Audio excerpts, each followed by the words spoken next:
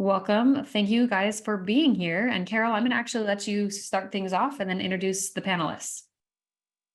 Thank you. I'm just so grateful for this opportunity. I'm really honored. I feel like I'm in the presence of heroes right here. And so I'm super honored to be able to do this.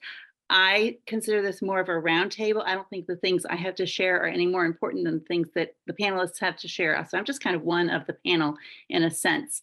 So today, yes, our topic is coping with the impact of ocular melanoma on the family. And I will be referring to it as OM because it's less of a mouthful to say. And since Danae's already introduced me, I will share a little bit more about my journey throughout our conversation today. We're going to be really focusing on two things. We've all heard on the pages, the OM pages, that cancer is a family disease. We hear that a lot. We also hear that cancer doesn't have to define you. And I'm going to broaden that to cancer doesn't have to define your family. Those are the kind of the two things that we're going to look at. And as far as cancer is a family disease, we're going to look specifically at communication within the family and what that looks like, and also support within the family or not. I think that it's really important to remember that every family is different. There are four of us here on the screen, or actually there's 3, 4, 5, 6 of us on the screen. Every family is different. Every family has its own demographics. And so the things we say today are not prescriptions for everybody that's listening. They are just our experiences. And I hope that the diversity of our experiences helps people recognize theirs also. But I hope that there are valuable threads of what is shared that can be applied to each context. So I just hope there's a good takeaway for every person listening somewhere in all of this content today. This is a massive topic. As I started looking at it, I thought, I could write a book on this actually.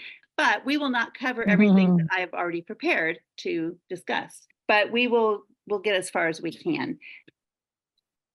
It's super important to remember every family has its own demographics and dynamics, their own strategies for coping with stress and coping with difficulty. Also every person has their own baggage, their own coping skills, and even their own emotional health or unhealth. And every family system has its own emotional health and health. And then all of a sudden into that basket of messiness, this disease drops down, and all of a sudden we have to figure out how to navigate this thing that nobody ever even heard of. So it gets really complicated. I think that we need to just pay attention to that. Danae already mentioned that I'm in a blended family. And so I've got 3 daughters of my own. My husband has 5. There's various marriages in there, and spouses and partners, and 10 grandchildren. Well, number 10's on the way. But I'm so much closer to my own children than I am to my stepchildren. So that's a dynamic there also. So everybody's going to get a little bit of a chance to share a piece of their story. I want our panelists now to go ahead and introduce themselves, and your name, the date of your diagnosis, your tumor classification if you know it, because that matters for many people, whether or not you have metastatic disease, and then your family demographics at the time of diagnosis. And if that's too much to remember, I'll remind you. So. And whoever wants to go first can jump in. So I'm Ashley McCrary, and I was diagnosed in 2012 when I lived in Memphis, Tennessee. I had my right eye enucleated just because the tumor was so large. I, at the time, was 42 years old, and I have 4 children and married. I've been married, it'll be 32 years in March. But at the time of diagnosis, my children ranged in age from, I do better with grades, but from first grade to a junior in high school. And a very busy time for a mom, especially considering they were at 3 different schools, all involved in sports and activities and church and music and all the things. And I worked full time at the time as well. So fast forward 8 years, and I've had the disease spread to my liver in October of 2020. We moved when we were in a new city. It wasn't new to us, but it was new to my kids. We live in Auburn, Alabama now, and my children are now ages 19 to 28. So a freshman in college, a senior in college, a son that's married and does not live in town, and one that lives in Nashville, Tennessee. So definitely life-changing from being in my home, watching me deal with this, to outside of my home for the most part, and how we deal with this. For those of you who know me, I travel to Philadelphia, Pennsylvania once a week for treatment. I'm usually there every Sunday through Tuesday, and could definitely talk about the impact of that on family and on our relationships and whatnot. But that's kind of the dynamics of our family right now. Okay, thank you. That was a Mhm. lot. You remembered it well. Thanks. I was diagnosed September 29th, 2021 here in Houston. And I had brachytherapy November 1st, class 2 PRAME negative. It was a medium-sized tumor, like 13 wide by 2 high. And I'm married, be 36 years this year, Jim, and have 2 children, Emily being the eldest, and then we have a son also. Couldn't be here today. And how old are Emily and your son? Emily is 30 and our son is 27. And so they were in their mid-20s-ish Yeah, at the time of yeah, diagnosis. 20s. And do you have metastatic disease or not? And no mets. Awesome. Well, my name is Danae Peterson, and I was diagnosed. I guess I'm from Phoenix, so I'm in the Scottsdale Mesa area. I guess they're different areas, but I was diagnosed in July of 2020, and I think probably came across Ashley's story pretty darn fast on social media and have followed her journey since then. But I was diagnosed in 2020. At the time, my husband and I had been married, oh goodness, 8 or 9 years, somewhere around there. I'm starting to lose count. But my baby was 9 months old, and my oldest was, I mean, this was the height of COVID, right? So my oldest was, I believe, going into first grade, but he was going into first grade digitally. Like he didn't even finish all of kindergarten because everything shut down in, March of 2020 before I was diagnosed. So I was dealing with the dynamic of the pandemic and having little kids at home and my husband working from home, adjusting to my own life as a, work from home, stay at home. I was already a stay at home mom, but like trying to also work while being mom and doing school. It has made me very much not sure I could handle Sure. homeschooling. Mhm. But fast forward, and I have now been navigating this diagnosis for over 3.5 years. And in November of 2022, I got confirmation that I had metastasized thanks to a class 2 PRAME positive diagnosis, or prognosis, I guess is the better word for it. But I spent a couple years pretty darn scared. I remember with the first year I was diagnosed, I bought, a coat. And I remember buying this coat for my daughter, who is now almost 8. She'll be 8 next week. And she was maybe, what, 4 or 5, like not even in kindergarten. She was finishing another year of preschool. And I just remember getting that coat, looking at it and going, I don't even know if I'm going to see her wear this, because her being 8 felt that far away.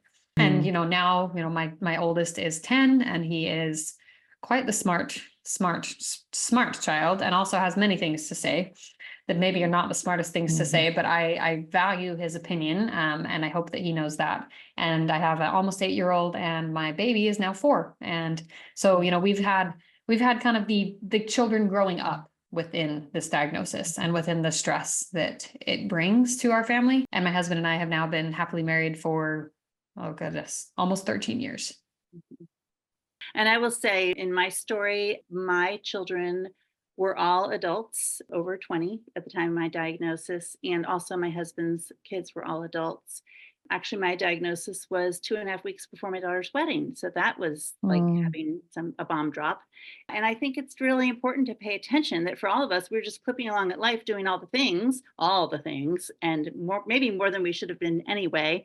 And then this drops, and a cancer diagnosis absolutely is traumatic. The ground shifts under your world as you knew it, and your projected future as you anticipate it suddenly is just kind of up for grabs. And so this takes a big emotional toll on us as patients, and it also takes a toll on our marriages, our kids, extended family members. I think Danae mentioned my 94-year-old father lives with us.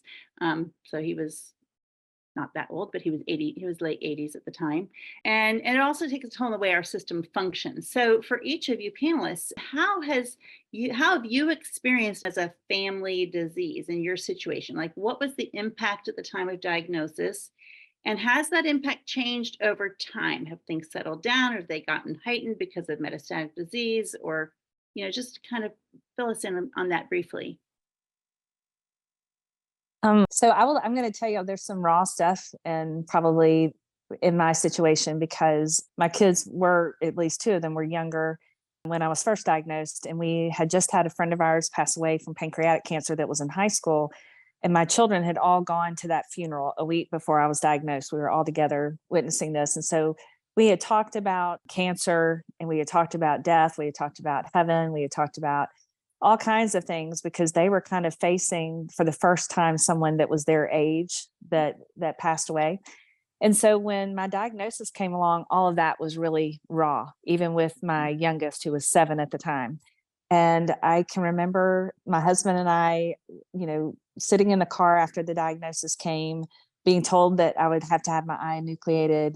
And I don't know where this came from. It's kind of like what Katie was saying, like sometimes you're just resilient when you're just resilient. You don't even know where and for me, I know that a lot of my strength comes from my faith. And so Dave and I literally prayed about going in to talk to our children about what I'd be facing, or what words to say, and how to dispel any fear that might be, because the other was so raw. So we did. We ended up meeting with each of our children. Of course, we have 4, and because they're so different, we met with each of them individually and told them of the diagnosis. And my oldest was very matter of fact and was like, "Mom, are you going to die?"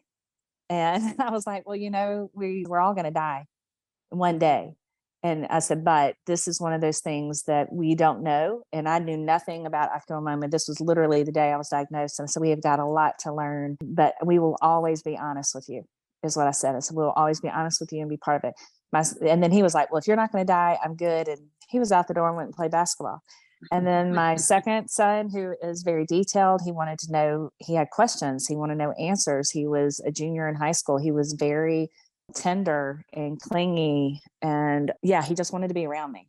Okay. And then my daughter was the kind that was like, "I love you, Mom." And she's writing me notes and writing me letters. And, even in the moment, she just wanted to hug and, just kind of process it on her own. She didn't have a lot of questions. I remember her saying she would trust us and whatnot. But then Ben, he just ripped my heart out. He was my youngest, 7.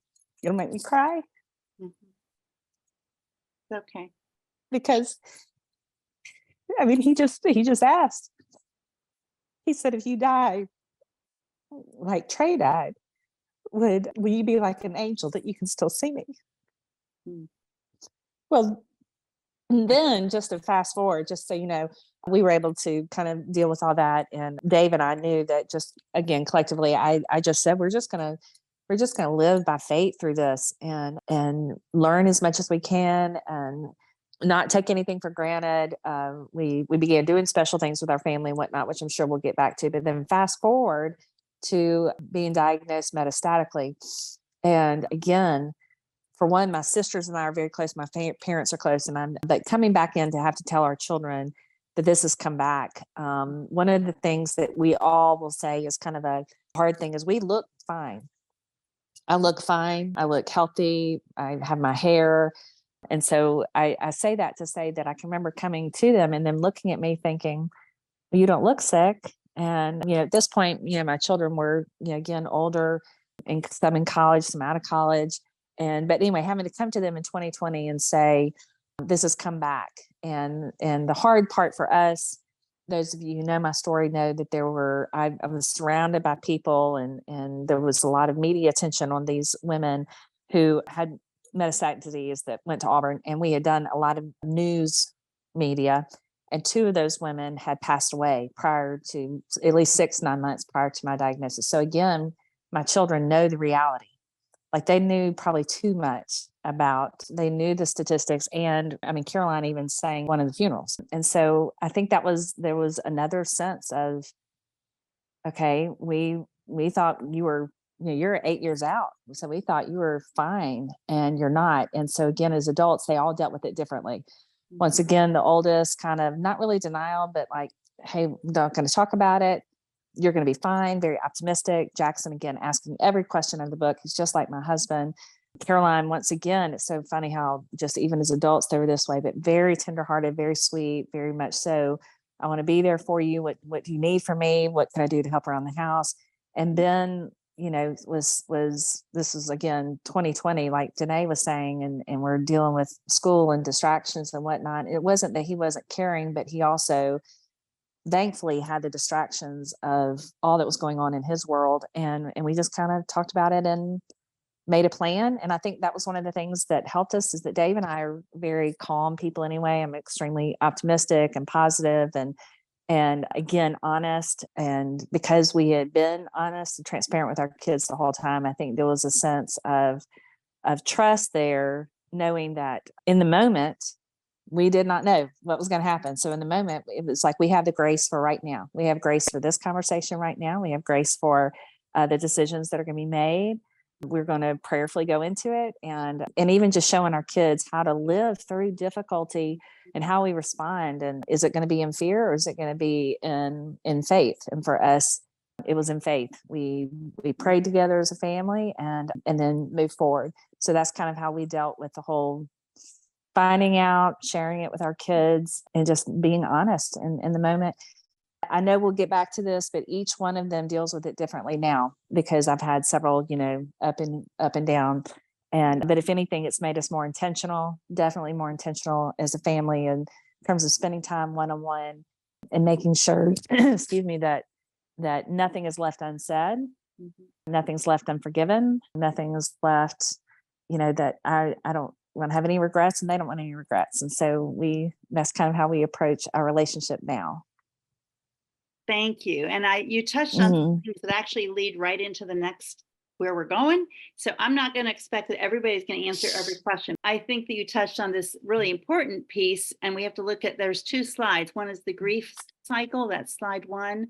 We have to pay attention that most of us have seen this diagram somewhere along the line, maybe it was College Psychology 101, that they've identified these different stages of going through grief. And usually they're identified as denial, anger, bargaining, despair, acceptance, and hope. And at the time of diagnosis, we go through this, but so do our family members. And we have to remember that we are not the only one going through it. And we also have to remember that it's not a neat linear process. This diagram was just, somebody drew it out, but they kind of didn't draw it from their own personal experience, because if they had, it would look like the next slide, which is, I call it the grief spaghetti. That's how the grief cycle really looks like. It's not even a cycle. It's just spaghetti. And I think that we go through that process again and again if there's new developments in treatment, or, for people who are suddenly losing their vision and things are getting more complicated, or losing their eye suddenly when they only had plaque initially. And certainly when there is progression to metastatic disease, then boom, there we are going through the grief cycle again, and also every person in our family. So I think we have to remember that even within the family system, we're not all moving through it at the same timetable or in the same way, and everybody has their own coping mechanisms. So I'd like to hear a little bit from some of you, what helped you give space for others in your family to be in different places mentally or emotionally than you are in dealing with your own cancer. So I just wanted to touch, I guess, on this mostly just because at the time that I was diagnosed, and also the time that my kids, or that I was diagnosed with metastatic disease, my kids were still super young. Like, I mean, I have, as young as a baby who had no concept of what was going on. And to now she's 4, and she still really doesn't have a whole lot of a concept of what is happening in this realm. But I've also had kids who went from 0 understanding to now they have a greater understanding. And as a parent of young kids, I think it's been learning to just kind of follow their lead in some ways, and learning their cues. I'm still a young parent. And so I think it also comes with a lot of grace for myself as a parent, because I'm not going to know exactly what they need. I'm not going to know exactly how they might respond, because we're still learning that. Like, they're still in those key areas of development where they're developing these patterns of how they're going to respond to traumatic things in the future. And so a lot of that has come with, me trying to just listen. And I don't just mean listen with my ears. I mean, like, listen and watch and observe. And my husband is also he's a very observant person. And so this has been really helpful in our family. Same with my siblings, my family. Sometimes, I notice my kids tend to be a little bit more riled up, and they're a little more on edge. They're a little more easily, driven to anger with each other. Maybe they're fighting about every little thing, and it's driving me insane because, contrary to what you might think, I am not this constantly patient, guilting myself into thinking I should never be frustrated with my kids person. I experience frustration like on a day-to-day basis. And that level of heightened emotion that I feel usually comes around scans when I have that extra fear and that layer of worry of, okay, what's next? Like, what am I going to have to adjust to, if anything? And my kids feel that. And I definitely notice that as a mom, they feel that. And so sometimes when I'm so caught up in it myself, it takes my support people around me, right? It takes my husband, it takes the school therapist who talks to my kids on a weekly basis. It takes the teachers, or even making the teachers aware of what's happening, to know, so that they know, hey, I'm learning that Josh, my 10-year-old, he's a very anxious kid. I've known that about him. He and my youngest, they're very anxious kids. And I know it because they fight bedtime. That's how I know. But telling his teachers, hey, some of his anxiety might come out. What I'm observing at home is that he's a little more chatty. And he might be a little more chatty at school. And so the last time I got my last round of scans, I got some notes home from the teachers basically saying he was, being disruptive. And I just told them, look, I normally communicate with the teachers, what exactly is going on, but I haven't ever really considered that maybe I should do it every time I have scans. And so now I'm like rethinking that. And I just told them, look, moving forward, I will let you know, because I think that, he has grown up with this. That's really what has happened. He's grown up with this. He's grown up with feeling all of the undercurrent. And like you said about the grieving cycle, there's a part of me as a parent that grieves that. Yeah. But I know that as his parent, and knowing that about him, I can also support him in that. I can't take it away. I can't make it any better. I can't, solve all the problems magically and never have to deal with this ever again in our lives, but I can support him in that. And so I think just for me, it's been learning to observe what my kids need at the times that they need it, when they maybe can't help themselves, and then communicating with the people who can best support them. So I will leave it at that. Thank you for sharing that. I think that you bring up a good point. We just have to be really paying attention to our kids and their own bent and what they are signaling they need from us, even if they don't have words for it. And younger children often don't have words for it. But honestly, adults don't either. A lot of my clients just don't even know what they're feeling in the moment unless we just kind of sit and wait for them to start to feel their feelings. So well, and I was going to say too, sorry, I forgot this, but my sister, and really my sisters are, so my kids' aunts, right? They're some of the most observant, and they're just really good at, if I am in this heightened state of anxiety, they are really good at grounding me back as a parent to say, hey, have you thought that maybe Tatum's just missing you? Or maybe Josh is just anxious. Maybe they're just a little bit worried, because they have a greater understanding as of the last year. Their bubble, Ashley, you mentioned this idea that, your kid's bubble of this idea that cancer could hurt you.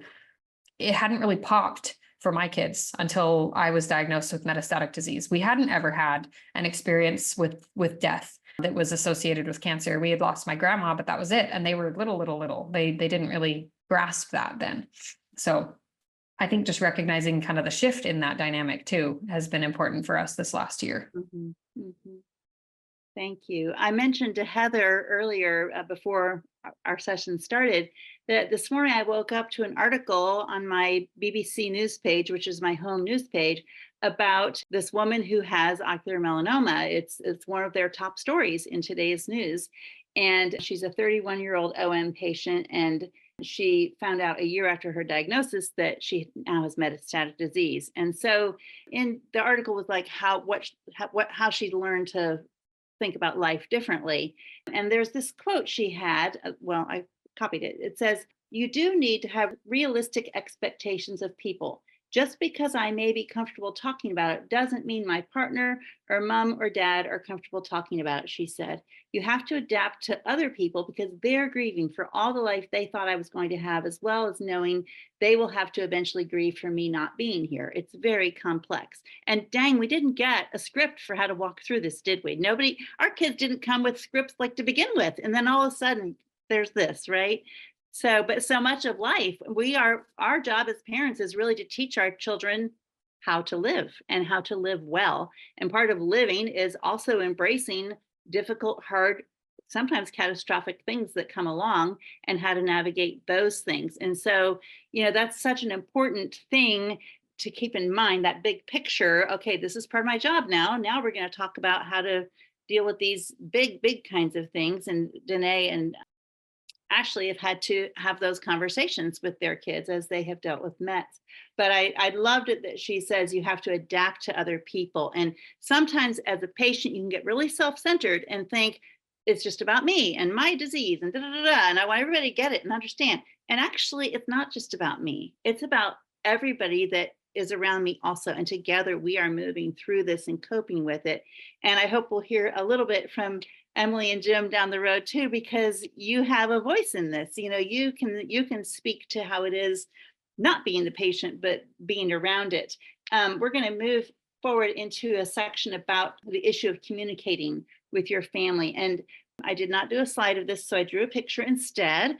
And Danae and I discussed this a couple weeks. I didn't know how to draw a slide of this. But for those of you who are listening, I want you to get a blank piece of paper. And if you don't have one, just do it mentally. And on that blank piece of paper, you're going to draw yourself in the middle there. Okay. And that's me with my long curly hair. And then you're going to draw an X for your different family members. Now, later on, you also might want to add in other marks for close friends who I consider family. They're not biologically related, but they are family, right, in your heart. So draw an X around you and for each of these people, but put them either close or far away, whoops, to your image based on the emotional closeness you have with that person. And you will know, and maybe also based on whether or not you would turn to that person for emotional support. You'll see a whole slew of little X's over here. Those are people I feel very emotionally close to, but I would not turn to them for emotional support. They are my grandchildren. And only 3 of my grandchildren even knew about my cancer, because 2 years after my diagnosis, my granddaughter got cancer. And so her family was into the soup of dealing with cancer. And so cancer was a common conversation, and we could easily talk about it. And I could identify with Gwen because we both had cancer. Hers was terminal, like from the get-go. So anyway, so draw this. And then after you draw this, I want you to just take your marker and then just draw circles. So this would be my inner circle right here. And then there's another circle here. And then there's the people on the outside. This other circle, for instance, that X represents my father. He's 94 now. There are things I'm just not going to weigh him down with. My diagnosis that I would not weigh him down with because he was 89. And I just hate to see my 89-year-old father's heartbreak. There are questions he asked my husband. That's okay. They can have that conversation if they want. These become your circles of who you're going to lean on most for communication and for support. I could tell my father, oh, the appointment went well, but I'm not going to go into some of the details. And right now he's on hospice and he's on complete bed rest. And if I get Mets, I'm not telling him because he doesn't need to know that. And he'd probably forget it by tomorrow anyway. So I'm not having that conversation. So pay attention to those circles of communication and of support, because they help you think about your own expectations. Like, not everybody in your family circle is going to understand you or get this, and they don't actually need to. You actually need some safe people who are outside of it a little bit that you can just go and have conversations about all the rest of life with, and you don't have to revolve all of it around cancer. So I'll just ask Heather and her family to jump in a little bit because they didn't get a chance to share yet. Think about what boundaries you might have needed in communicating with family members about your ocular melanoma, maybe to protect younger children, or if there were people with mental health issues or seniors like my father, or to protect your own well-being, or maybe there's an X on there for a family member who would give me advice that it's just not going to. She's well-meaning, but it's just not going to work. So she's in my second circle, even though I love her dearly. What kind of boundaries did you need in order to choose who you're going to share how much with, and also protect yourself from your own expectations of support from others that might be unrealistic?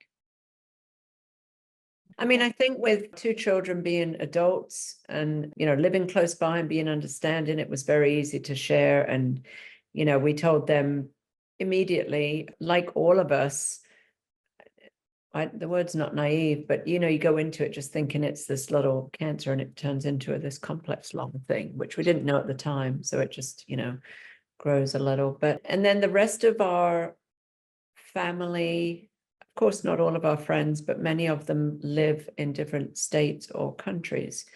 And so it was a little while before telling, some people, but there wasn't really anybody that we have that I needed, the right words, protected, or needed to put a boundary. I feel that everyone, I mean, obviously like you've got your, but there was a point, and I think it was, at least it might have been getting close to a year after diagnosis, when I've kind of let it go out to anybody that I could think of, friends and whatever. And I'm in contact with so many, I have a very big circle of very close friends and relatives. So it took a while for it to go to everybody. And that was only because if people say, how are you doing? I didn't want to. So I kind of wrote a whole long thing and put it out there for everybody to see. But I don't remember ever feeling that I had anybody that I didn't need. I didn't have young children, didn't have anybody too elderly or dealing with something else, thankfully. So yeah, it wasn't too difficult there. And for Danae and Ashley, did the boundaries change once you did get metastatic disease? Did you feel like you had to share that with all your family members, or with some of them? Ashley, I know you also have elderly parents. Yeah, how did you navigate that?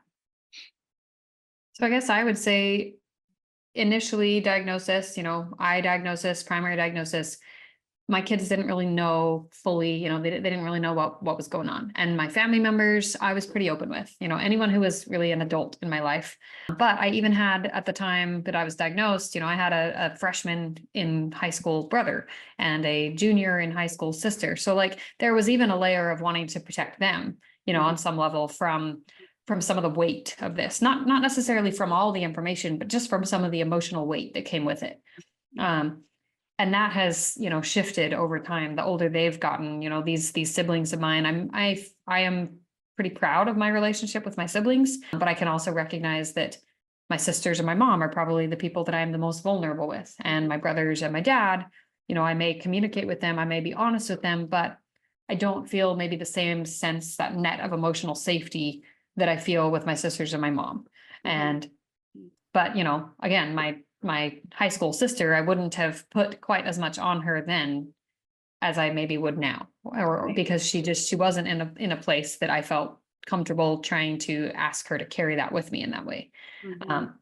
But the other side of it too is that the older kids get, the older the people in my life, or the longer that we have weathered this together, the more that I think the people in my life that are the closest, that are maybe my inner circle of communicating with or just sharing, the more that they communicate maybe what they need to me, if that makes sense. And so like, I just think that there's been this give and take in how news has been shared, whether it's been via text message. Like I can tell that, sometimes I don't have the energy to just text every single person and try to remember every person and every text thread there ever was. So sometimes I just put a social media post, especially when stuff is happening rapidly, because when I was diagnosed with metastatic disease, it was like bam, bam, bam. And same with when I was first diagnosed, there was a new thing every week, if not every couple days. And so the energy that it would take to try to call up everybody on the phone, I didn't have the ability to do that. And my family just had to kind of adapt with me to getting the news the way that I could give it. And that, I think in some ways, that comes at a cost for some of the people that maybe kind of to flip what you said, that as a patient, you think maybe that you're entitled to be the one that is at the center of this. And I think that the other people in our lives also feel that, right? That they're at the center. You're their best friend. You're their sister. I remember my sister told me for like a year, she was in grad school and she would just say, well, my sister has cancer. I can't do that. Like, because my sister has cancer. So like I became the scapegoat, or my diagnosis did, because it was such an emotional thing for her. And so I think just recognizing we all have that it feels like this huge monumental thing to each of us as individuals at different times. And I guess I would ask Emily and Jim, do you guys feel like you guys have felt that at different times? Like I guess an ownership of this in some ways? Definitely. Yeah. Yeah. It's kind of funny because I have definitely used that excuse, like, oh, sorry, my mom has cancer. And it's not a joke at all, obviously, but humor is such an easy way to deal with such a heavy topic. Mhm. And I kind of wanted to just really quick get back to the grief spaghetti, Yes. because when you showed the initial, little Yeah. of that, I was like, huh, I don't remember going through it that way at all. And then you're like, it's actually more like this. And I was just speaking Exactly. with my friend this morning. I was like, hey, I have to go back home. I'm going to do this little webinar for ocular melanoma with my parents. I was like, yeah, I'm not really sure. Like, I feel like I'm handling it really well and everything. And she goes, you didn't. You did not handle it well when we first got the news. And I was like, yeah, I must have already blocked that out a little bit. So total grief spaghetti. Yeah. Yeah. And it does change with time. Yes. So, Jim, did you Yeah, have for anything sure. to add? Um, I didn't have the issues like that. It was more of just a one-on-one personal feeling between the two of us. It was very earth-shattering and mind-blowing that it even came about. But more of it is just understanding what Heather's feeling and the grief of that, not knowing how she feels every day, how it feels after that eye injection. How does it feel with your eyesight changing? I can't see that. I don't know what that feels like. And that hurts the most. Mm-hmm. Mm-hmm. Yeah. And we have to pay attention to other things going on in the family system also, and how they play off of all of it. My husband's first wife died from cancer. She was actually a good friend of mine. She died from cancer. So when I got a cancer diagnosis, it's like, oh my gosh, wife number two, cancer, And then our granddaughter got cancer 2 years later, and she got the same cancer that my husband's first wife got. And so then my husband went through the season where he got angry with God, and he just had to kind of wade through a lot of spiritual issues and questions and such that I didn't always have the bandwidth to be able to help him with. And he actually honestly didn't always want my help because I'm the therapist and he didn't want that. So, so you have to just pay attention to all the things that can play off of this. Do want to, I'm looking at our time, we have 20 minutes left. Actually, we only have about 15 minutes left because we're going to take some questions. So I do want to touch on this piece with young children. I'm thankful that that's already been addressed some because we don't have to go into it as deeply now. But, children do pick up on our emotions of fear and anxiety. They also pick up on our confidence and our hope and our joy. And I think it's super important to be paying attention to what are we communicating to our kids about dealing with these big hard things. What's the primary emotion that's circulating in our household? And yeah, at scan time, maybe it's everything's kind of ratcheted up a bit. I know for me, when I was diagnosed, a week of different appointments at UT Southwestern, seeing doctor after 6 different doctors before the next week I landed with Dr. Fuller in Dallas, and he's not part of UT Southwestern. But the second day, Tuesday, I had an appointment with my daughter to figure out how to do her hair for her wedding because she wanted me to be the one to do her hair. So I'm at the doctor's office, and then I'm going back to home, and we're sitting at my vanity trying to do her hair. And then I'm back at the doctor's office, and while I'm doing her hair, she says, "So what did the doctor say?" Well, that morning, the assistant person who shouldn't have ever said this dropped the cancer bomb. She said something about cancer, and I just lost it. I was like, hold on, nobody has called this cancer yet. So when my daughter asked me that was not the time to drop that bomb. And I didn't have a clear diagnosis yet. And it certainly wasn't the time for me to share anything. And I just said, he said that I need to come back this afternoon and see another doctor. That's all I told her. Because this girl is, her wedding's 2.5 weeks out. She didn't need all this. Now, I did get a diagnosis by the end of the week. My husband actually was the one that told the family because I was a basket case by the end of the week. And so he told my father and my daughters, and the long distance ones were on Zoom or something. And I couldn't be there. I did not want them to see my distress over this. And I just needed him to get the words out. And then my daughter, the one that's getting married, Robin, came back to my room and she gave me a big hug. And I said, "Robin, we are not letting this steal our joy. You are getting married. This is your wedding. And cancer might try to take my health. It might even try to take my life. It is not taking our joy about your wedding. No, no, no." And that was actually a really good, well, her response was amazing because she said, "Mom, it's perfect timing because God knew that you would have all your closest friends and family around you at our wedding. Isn't that great? And so, what a blessing that was to me. What a gracious response that was on her part. But it also was to speak these things out loud. That became kind of the way I navigated with lots of things. No, this is our family vacation. I am not thinking about scans that are happening afterwards. Cancer doesn't get to steal our vacation, whether your kids are older or younger. You get to choose how much you're going to let this be the center of your conversations. I'm just going to jump down to this whole business of living with uncertainty, because every OMI talks about how hard that is, and it's hard on everybody in the system. And yet we don't want especially younger children, we don't want all the people around us to be walking on eggshells, struggling with all this uncertainty. Like, how did you help yourself and help your family members live well in today without carrying the burden of uncertainty? Some of those burdens are certainly way too big for young children to carry. And, I see people in my office who grew up with parents who had diseases, et cetera, and they, they brought all that anxiety from childhood into my office 20 years later. That's really hard. Some of it can't be avoided, but we can also equip our kids to deal with uncertainty and give them reassurances, et cetera, that they need, just like we need reassurance, so do the people around us. So what are some things that you did to help people in your family live well today without carrying the burden of uncertainty? And some of that, as I already alluded to, some of that is just not telling them some things at certain times. It's just not the right time to drop that bomb on them.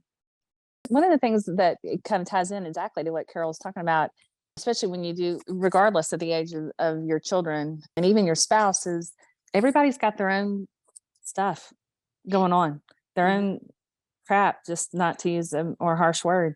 And one of the things that I have had to do is go, like, we're not the center of attention. And, my daughter may be having friend issues, and my son may be having, he didn't get on the basketball team. And then you've got, a husband who's struggling with a job or whatever. So there's just always in life, you're going to have disappointments. And so for me, part of what I would try to do is dealing with uncertainty, or dealing with certainty is show how could I walk through that with grace and use it as a teaching moment, but also a moment where I could say, look, it's okay. We're not always going to be okay all the time, when we're going to have to talk about it. And like Danae was saying, when my kids were younger, I was having to look for kind of peripheral things that weren't so overt. They weren't able to put words with how they felt and what they did. I'm a big person that, yes, I totally agree with Carol that you sometimes are guarded at the timing in which you tell somebody something. But I also think, gosh, if you can bring it to light, the fear that surrounds uncertainty can oftentimes be, you can get rid of it. So instead of ignoring a conversation, I may say, let's go get some coffee, Caroline, and let's talk about what this means. And or maybe even not that. Like I can be very silly and very funny. I think humor, as Heather was saying, or somebody was saying, is just so important. And I've done that too, where I actually took my eye out one time and put it next to my son's bed, who was going through something difficult, and actually said, "Hey, I've got my eye on you. I'd like to talk to you about this later." And he thought that was hysterical. And it led us into us being able to have, that kind of conversation. But anyway, I think dealing with uncertainty, for one, I had to know how I was going to deal with that and articulate that. And then just as a mom and as a wife, we haven't even brought this up yet, and I'm sure you're probably going to, but with each one of my kids and my husband, there's been an issue of me recognizing that they want to fix it and they can't. And me having the tenderness of heart to go, I think sometimes it's harder to be the caregiver. Sometimes it's even harder to be the child, because at least when I'm sitting in the chair, like I get to hear from the doctors what's going on, and I get to process it, and I get to be in the decision making. They just have to watch it. And I have to be sensitive to make sure I ask questions, or make sure that I make myself emotionally available and physically available to go, how are you dealing with this? And are you okay? And that can be tricky too, because sometimes I'm not okay, But I do think to kind of, bring something to light, dispels the darkness, and will help everybody be able to deal with it, instead of feeling like everybody's got to walk on eggshells and suppress it and act like everything's fine and be strong for mom and all those things. I think sometimes we just have to say, you know, this is crappy, but let's talk about it. And then let me talk to you about steps on how you're going to have something you're going to go through in life. And it could be death or divorce or, you know, a loss of a job or whatever. And when those circumstances come, how are you going to handle it? And hopefully I can live by example and show how to do that, but just acknowledging too that they've got stuff going on. We all do. And I think that's important in the midst of what we're dealing with, recognizing point. everybody's got their stuff, you know. I was just going to say, to add to what you said, every time I hear someone talk about this idea that talking about it, like, right, bringing it to light, that just not leaving it in the dark, so to speak, it always brings to mind like kind of the mindset that I adopted at the beginning of my diagnosis, because I am such a Harry Potter fanatic. Emily, we can nerd out here, but it's just this idea that fear of a name increases fear of a thing itself. And so that idea of like, you know, that sometimes we carry that level of avoidance or almost a fear to make it real, right? That talking about it makes it real, but it's the making it real sometimes, like when you have a nightmare, right? When I always tell my kids like, hey, did you have a bad dream? Like, tell me about it. Because I remember as a kid, I had a bad dream and it was this recurring bad dream, but it was only recurring until I talked about it. And then once I processed it verbally, once I talked about it with somebody else outside of, you know, the dream world of my mind, then it became less scary. And not that cancer becomes less scary because you talk about it, but it becomes maybe less burdensome in some ways because you can carry it differently when you're no longer trying to hide it, or you no longer feel like you're carrying it alone and nobody can carry it with you. And I think that's maybe part of what we're talking about here is that, you know, it is a family diagnosis, but it is only a, you know, and I say family loosely because I think all can recognize that not everybody has a loving husband and wonderful kids or, you know, young kids or the same family picture, right? Everybody's family picture looks so different, but just those ideas of relationships that are so key and important and special, we all have that. And we all have the capacity to continue to grow those relationships or to grow new ones if needed. But as far as the dealing with the uncertainty goes, I had to pop my kid's bubble, and I kind of did it on accident in some ways. My son overheard a conversation that I was really emotional and I was not maybe guarding my words as well. And I realized because I saw his like wide eyes, like I just saw him looking at me with this like big, wide deer in the headlight look.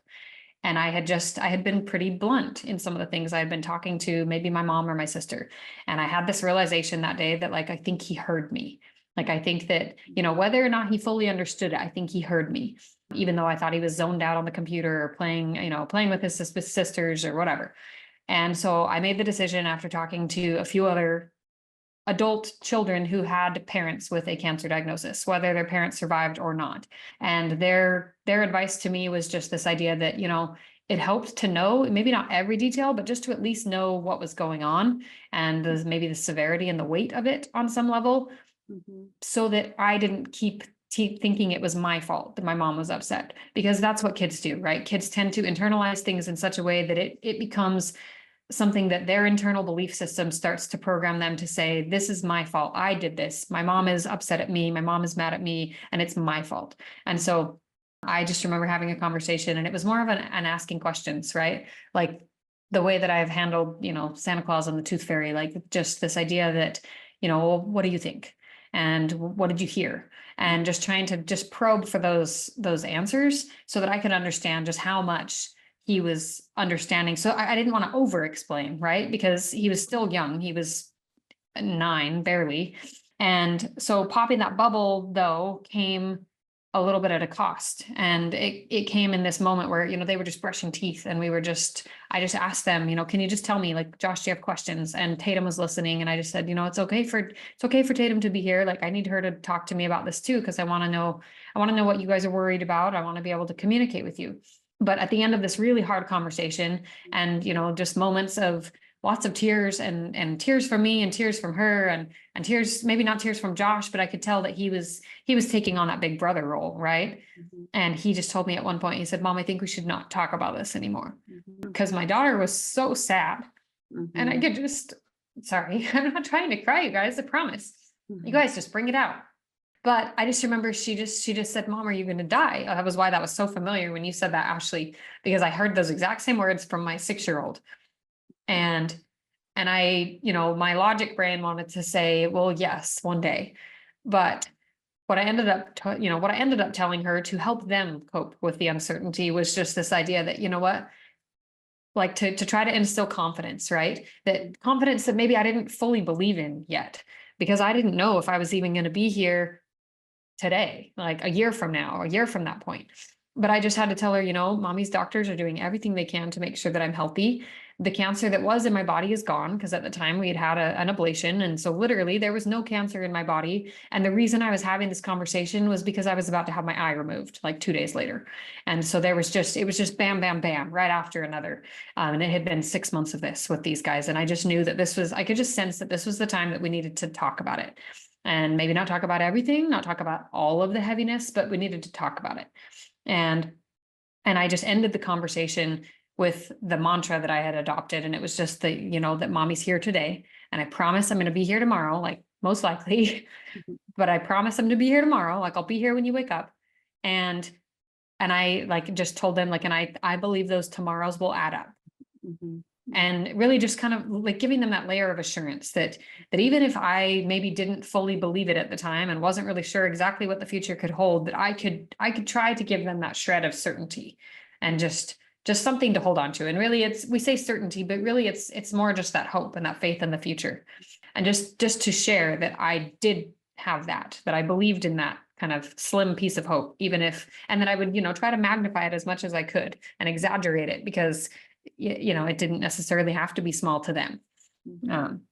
So I hope that helps. I mean, so at our stage in our lives, we're looking at retirement. We travel a lot. We've talked about living somewhere else. And so it's put a bit of the kibosh on that, like, because, even if we move somewhere within the United States, then we want to make sure there's good healthcare for me. Mhm, Yeah, I know it. mhm, And so it's changed that kind of thing. I mean, mhm. the other side of it is if I get those every time I get a scan, it's good. I'm like 3 months good. And where are we going and what are we doing? And I really do think I can, for the most part, I mean, it probably comes into my conscience every day at some point, but I do really feel I put it behind me a lot of the time. And I just really try to have the best life, but it has made it, and that's what you think too, right? About the Yeah. uncertainty. Yeah, obviously uncertainty is probably the most popular word for any of this, from anybody that speaks. It's one of the first things that comes to mind is what's happening and what's going to happen. We have a future of retirement and trying to figure out where we want to be, what do we want to do. And it's a hard decision to make because we have a very good system of care here in Houston. And it's a difficult decision to make to move away from that, even though there are a lot of indicators that show that we should be moving away from Houston at times for many reasons. But we have our families here in Texas for now, our close family, our son and daughter. So it's a really difficult thing to try and figure out, not knowing. I mean, every time we have a scan come up, there is that tense feeling. I know Heather feels it. I feel it. You just don't know. And the results are always good when they're negative. That's the best part about it. We go back, like Heather said, we go back. All right, negative results. What's on the agenda for the next 3 months? What are we doing? And we're living 3 months at a time. If you really want to put it down to a science, it's a 3-month life every time. If we have to do it for the rest of however, then that's how we're going to do it. Just a matter of where we're going to be. I mean, we can't make up our minds what we're going to have for dinner some nights. So making a decision on where you want to be in life in the next year, 2 years is major with this diagnosis hanging over our head. And so, yes, sometimes it does change, like what you thought your future was going to look like theoretically, but also very practically, like, oh, maybe we can't move like we thought we would. Retirement's not going to look like we thought it would. That's a very real thing.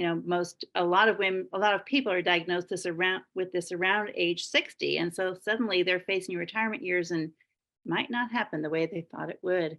For me, I don't carry, my life is so bursting full. I don't carry a lot, like I don't project a lot ahead in any area of my life. I just kind of do what's on my calendar for that day and I pay attention to what's coming that week.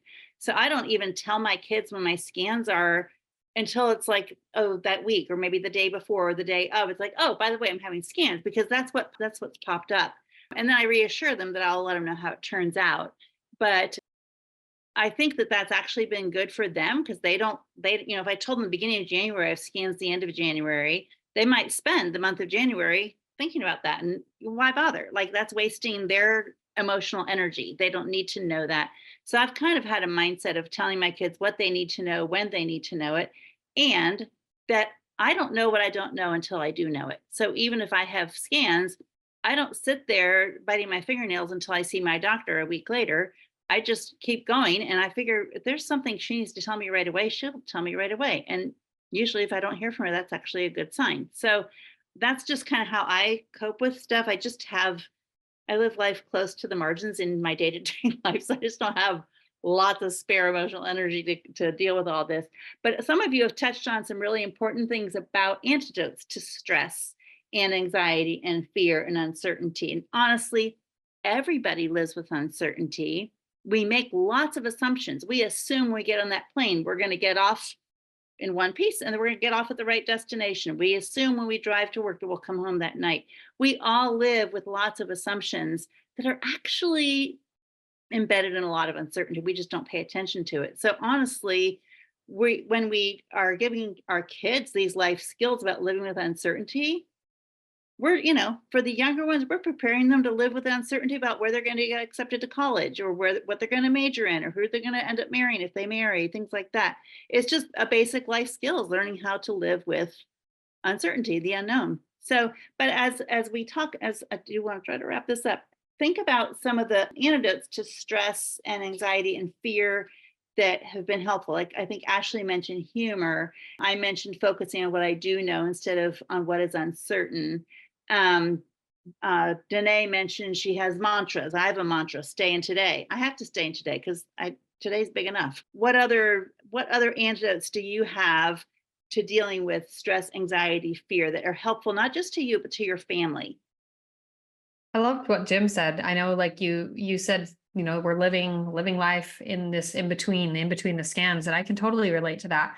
But I think you maybe have said that sometimes you have, you're planning for the next big thing. You're planning for the next experience, so to speak, in life that life could have to offer, whether it's traveling. I mean, and I would say it doesn't necessarily have to be big.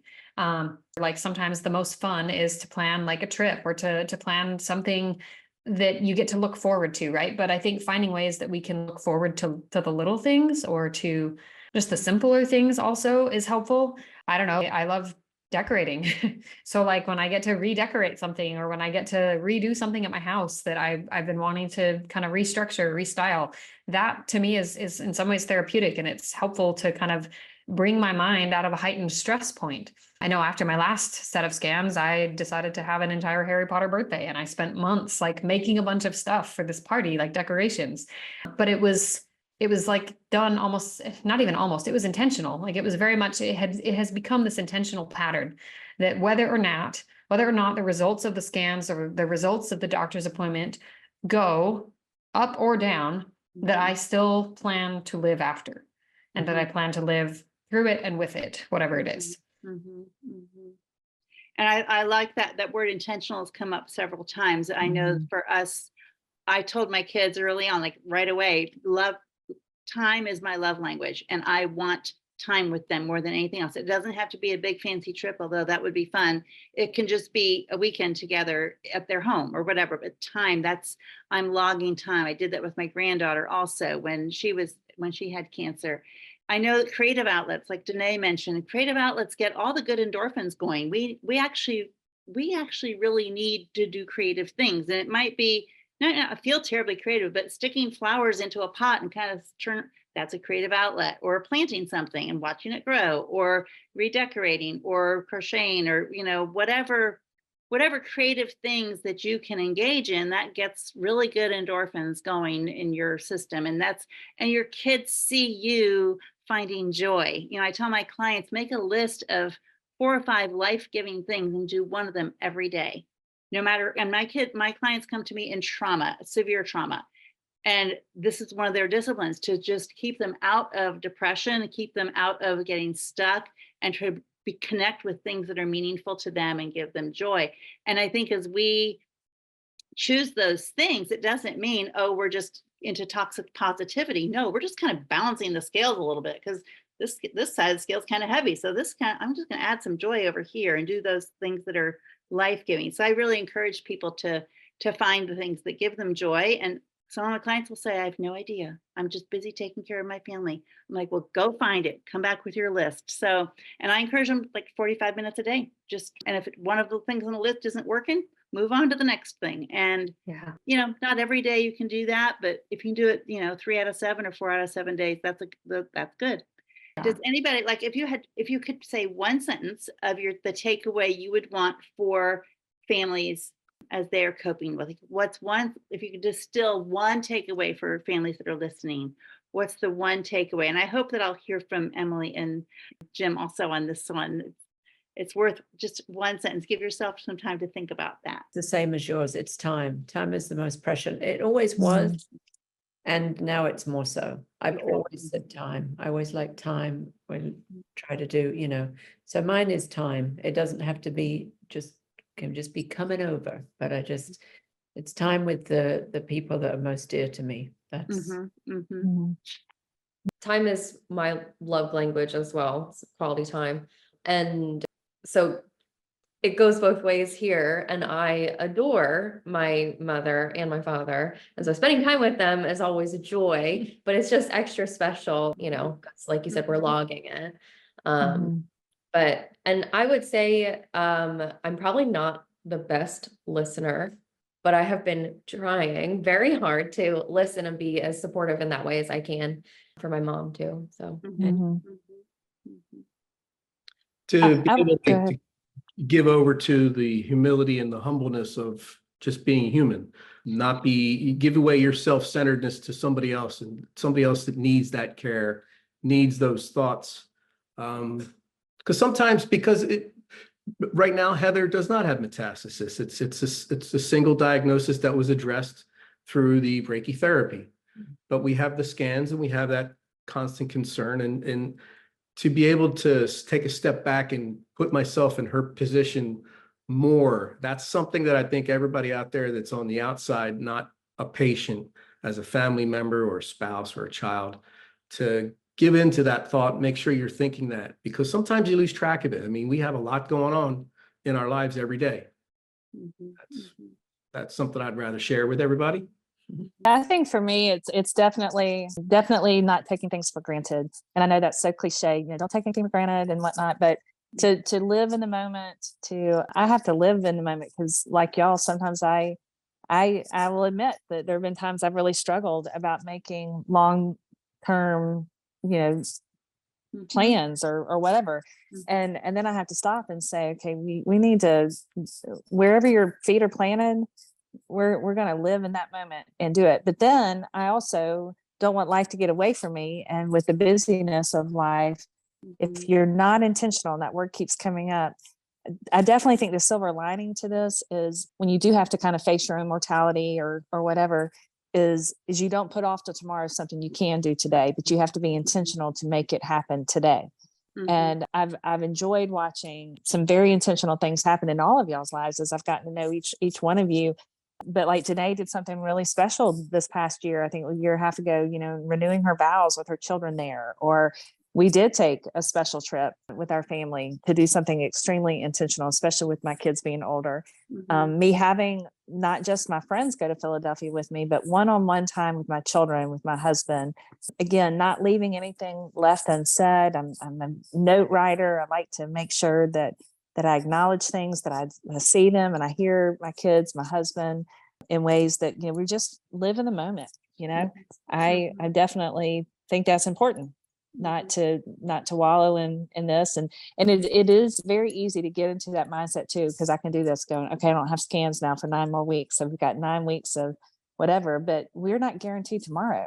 That's We're right. not guaranteed tonight. And so I have started just looking at it going, gosh, what do we need to do today to make today memorable or special or mundane, whatever.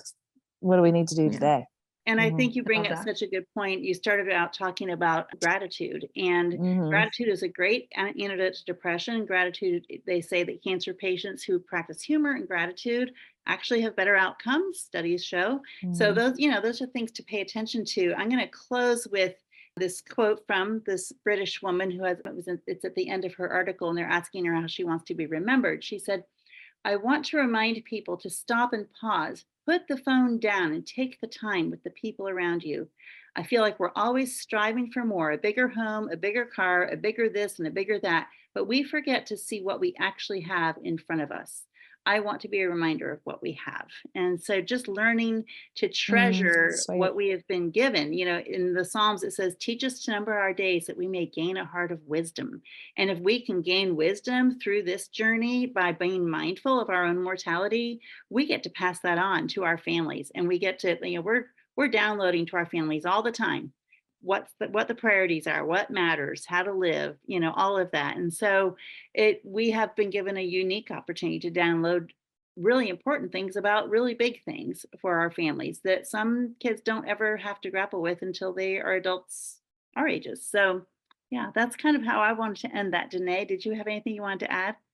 There's questions, I think. Carol, I just want to say thank you to everybody. As far as I can see, I am seeing lots of thank yous and comments, but no specific questions. Okay. I do agree with you that I think we could easily cover 4 or 5 hours just on this topic. Yeah. So we definitely recognize, just both between Carol and myself in hosting this session and hosting the Eye on Mental Health, that this discussion is not over. And kind of like what Ali said in her panel or in her discussion, there's not really a destination here. It's this living, breathing experience that we're all going through, and we all are going to experience it differently. I love what Katie said about just being okay with the mess. So I think that, as we're wrapping up, as we're concluding, as we're moving on with our day this week, our rest of our month, whatever we have that we're facing in the next few weeks, the rest of this year, I just hope that you guys can take away a lot of what really everyone has shared on some capacity, and that's just to give yourself grace. Like you're not going to handle this perfectly. You're not there. There is no perfect way to handle it, I think, is what Katie really touched on. It's just this idea that it's messy and that it's okay for it to be messy. And if there are the days that you carry yourself well and you are positive and you feel hopeful and you feel like, you've got it figured out, then embrace those days. But if you don't have it, then also don't get down on yourself for that. This is very much a process, and it's something that we're always ebbing and flowing. And then, like Eve said at the beginning, we're riding these waves, right? We're riding the waves of hope and fear, and they come and they go and they come and they go all of the time. And they probably will for the rest of our lives, whether we deal with this diagnosis and survive it, or we deal with this diagnosis and it ends up, being the thing that brings us to that point where we have to accept, moving on. But I just think it's so important to honor that space and honor the journey, I think. So that's all I would say. And in addition to just thanking everybody who's participated, Heather, Emily, Jim, thank you so much for being here and just for being part of this discussion as a family too. I think it's so helpful just to have a couple of people from within a family circle who can say, hey, this is how I've been feeling about this, or this is how I've been experiencing this. And I hope that you guys have found this helpful, and everyone who's listening as well. And Ashley, thank you for being on. I don't know where, I think she might have had to jump off, but I am going to go ahead and pull up my slides again just to wrap up some things, unless you wanted to say anything else to close, Carol. I just wanted to thank you for putting this whole big thing together. Your life is very, very busy and complicated, and I just appreciate all the time that you put into getting this all set up for everybody to enjoy. It was a real gift to the whole OM community. So. Well, like I have said before, this is recorded. Thankfully, I did hit record on every session for the most important parts, but it is recorded. We will get these recordings up. Give us a couple of weeks. Usually it takes a little bit of time with all of the back and forth of production, but give us a few weeks. We are going to pull these up. for recordings, and we would love for you to share these with every people, our newly diagnosed patients. And those of you who are joining us today, be gentle with yourselves. You may need to recover. You may need some space from OM for a couple of days after just how much we covered today and how much ocular melanoma was the center of the whole conversation. It's okay to need that space. So if you need to, set those boundaries with yourself and go set your diagnosis aside for the rest of the day and go do something silly, go do something creative, go read a book that has nothing to do with cancer or personal growth or, any of the books we recommended earlier. Don't read those books. Just do something that is fun and joy giving, because it's important to feel those things. Mhm.